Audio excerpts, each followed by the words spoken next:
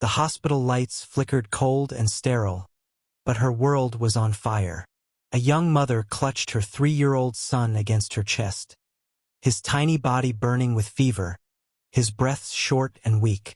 She had nothing left to give, no money, no strength, no more tears. Yet still she begged. "Please, please save my boy," she whispered to strangers who wouldn't even meet her eyes. And then a shadow stopped. A man in a tailored suit, surrounded by bodyguards and black cars, paused at the sound of her voice. A billionaire whose heart had long turned to stone, until that single cry cracked it open. That day, 2 worlds collided, one built on power, the other on love. And what happened next would prove that the most valuable thing a man can give is not his fortune, but his humanity.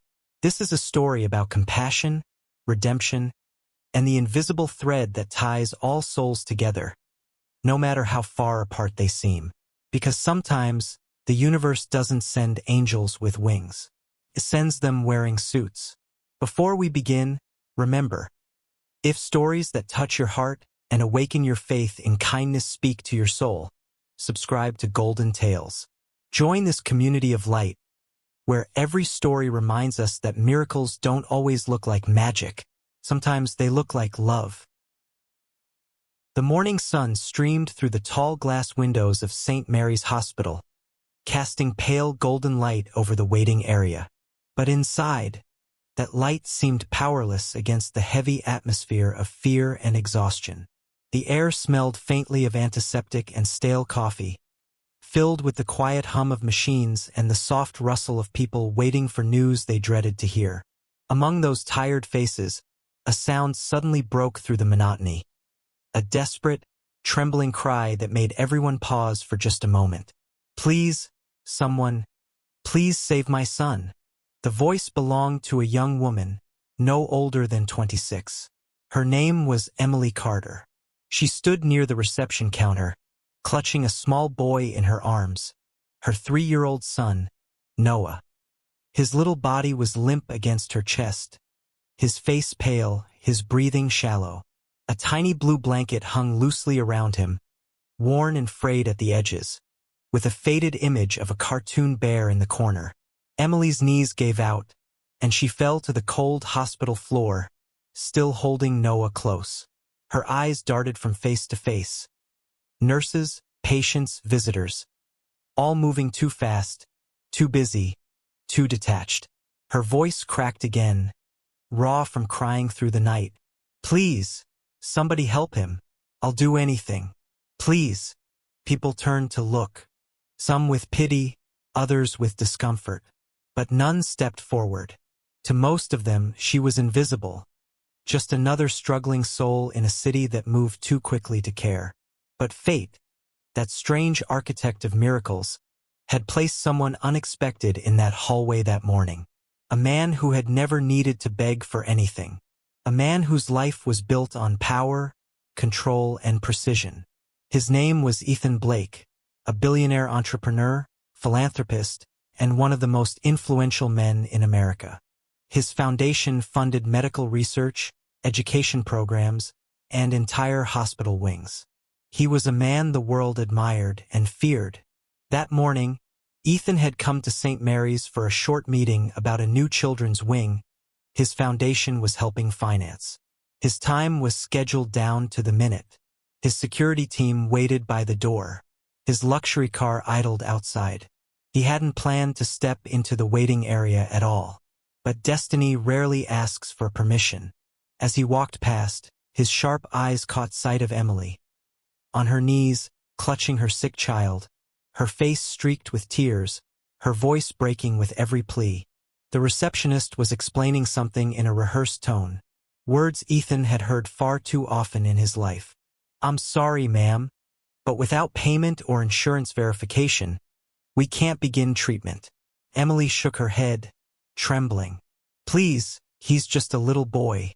He can't breathe right. He's burning up. I'll pay anything, I just need time. Please."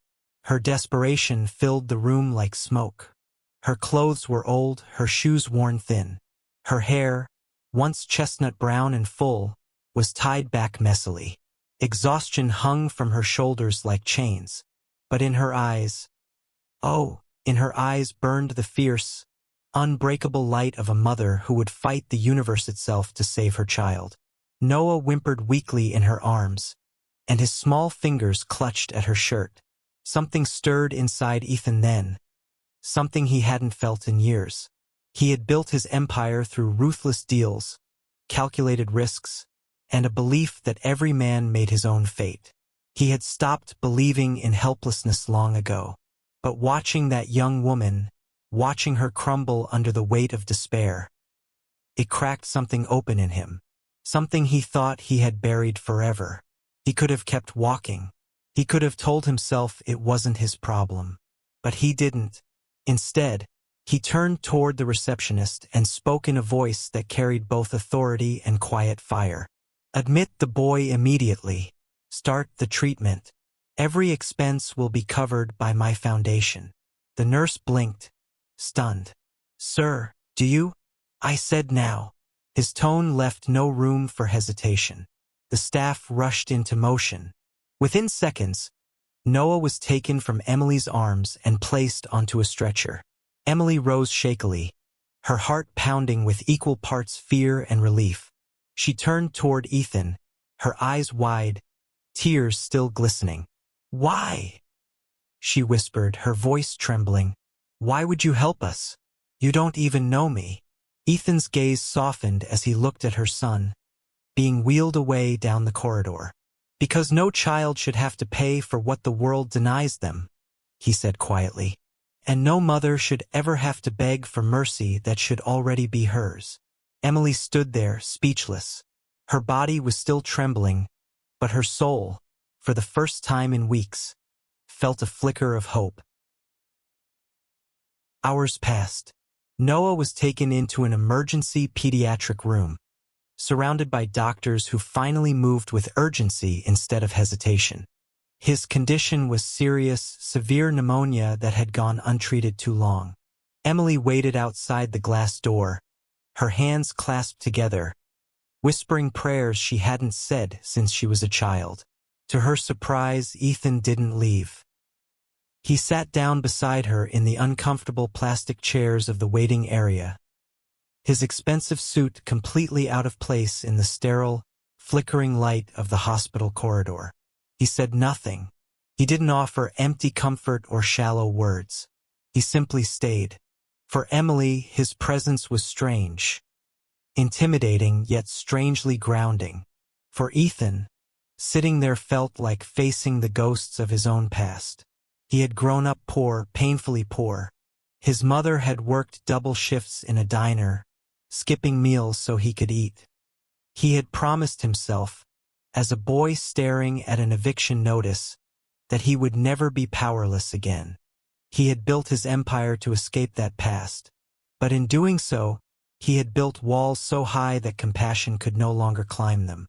Until today, Emily's whispered sobs brought him back to those nights long ago, when his own mother cried in the dark, praying that he would grow strong enough to survive a world that didn't care. The silence stretched between them, heavy but honest. Finally, Emily spoke, barely above a whisper. "He's all I have," she said. "Noah. His dad left before he was even born. I've been cleaning offices, working nights at a diner, anything to keep him fed. And now," her voice broke, "now I'm afraid I'll lose him because I can't afford to save him." Ethan turned toward her. "You've done more for your son than most people ever will," he said. "You've kept him alive through love alone. That's not failure, Emily. That's strength." Her eyes filled again. "You sound like you know what that's like." Ethan exhaled, his gaze distant. "Once," he said softly, "I did." Hours later, the doctor emerged. Emily jumped to her feet, gripping her hands together. "Your son is stable," the doctor said with a tired smile. "The treatment's working. He'll need to stay a few days for observation, but he's out of immediate danger." Emily's body collapsed with relief. Tears spilled down her face, but this time, They were tears of gratitude. She turned to Ethan, unable to find the words big enough for what she felt. He only gave a small nod. "Go see him," he said quietly. She rushed into the room. Noah lay there, hooked up to monitors, his tiny chest rising more steadily now. His hand twitched as she took it. "Mommy," he murmured faintly. "I'm here, baby," she whispered. "You're going to be okay."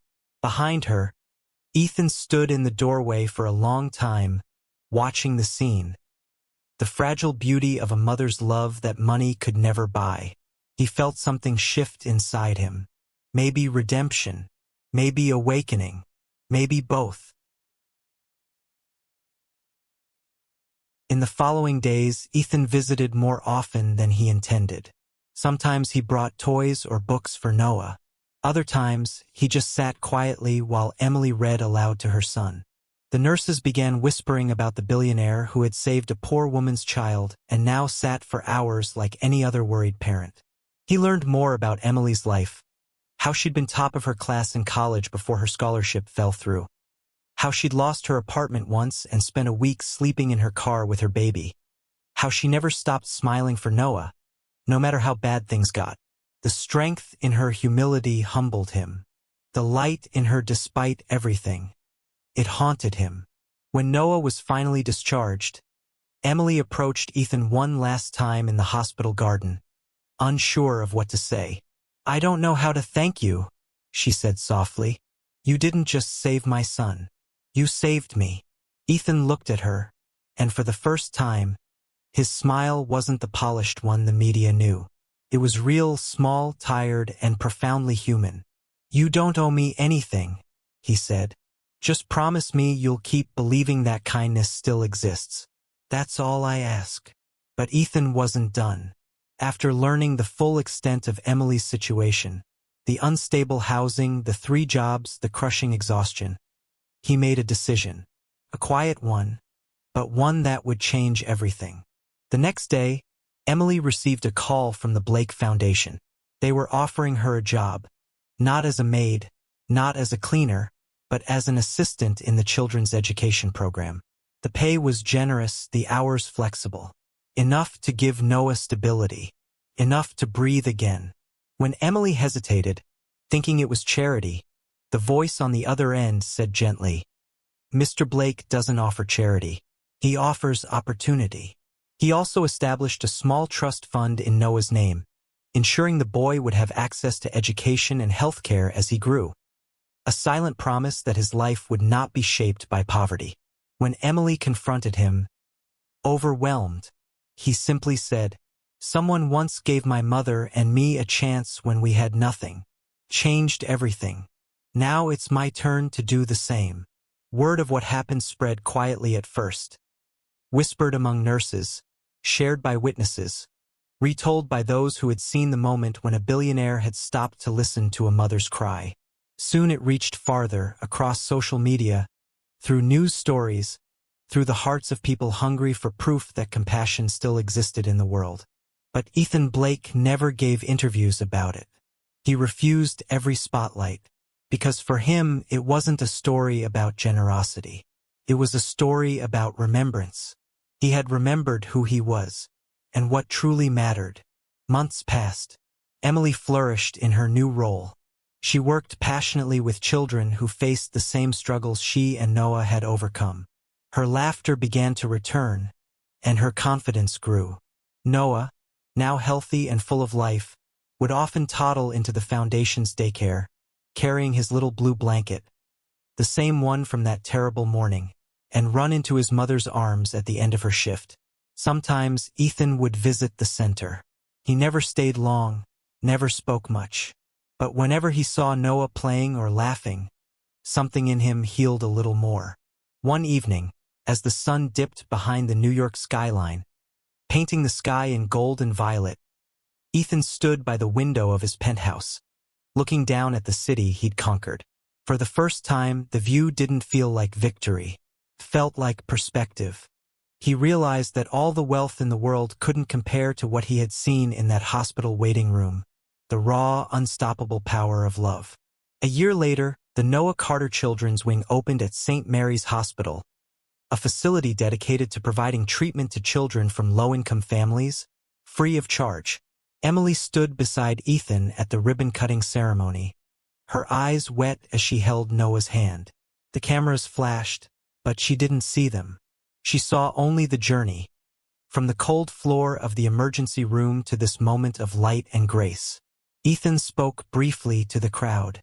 "Hope," he said, "is not built by fortune or fame. It is built by compassion. One act of kindness can echo farther than we imagine. Sometimes it saves a life, and sometimes it saves a soul." When the applause faded, Emily looked up at him. "You didn't just build a hospital wing," she said quietly. "You built a miracle." Ethan smiled faintly. "No, Emily, you did. I just happened to be there when it started." That night, as the city lights shimmered and the new wing buzzed with life, Ethan sat in his car, watching families enter the hospital. He thought of his mother. He thought of Emily and Noah. And he thought of how easily one small choice could change the entire course of another person's life. He whispered into the quiet night, "Thank you, Mom. I finally understand." And somewhere deep inside him, the boy who had once been poor, frightened, and hungry, finally smiled. Moral of the story: compassion is more powerful than wealth. A single act of kindness can rewrite destinies. And sometimes, when you stop to listen, truly listen, to another's cry for help, you don't just save a life, you save your own.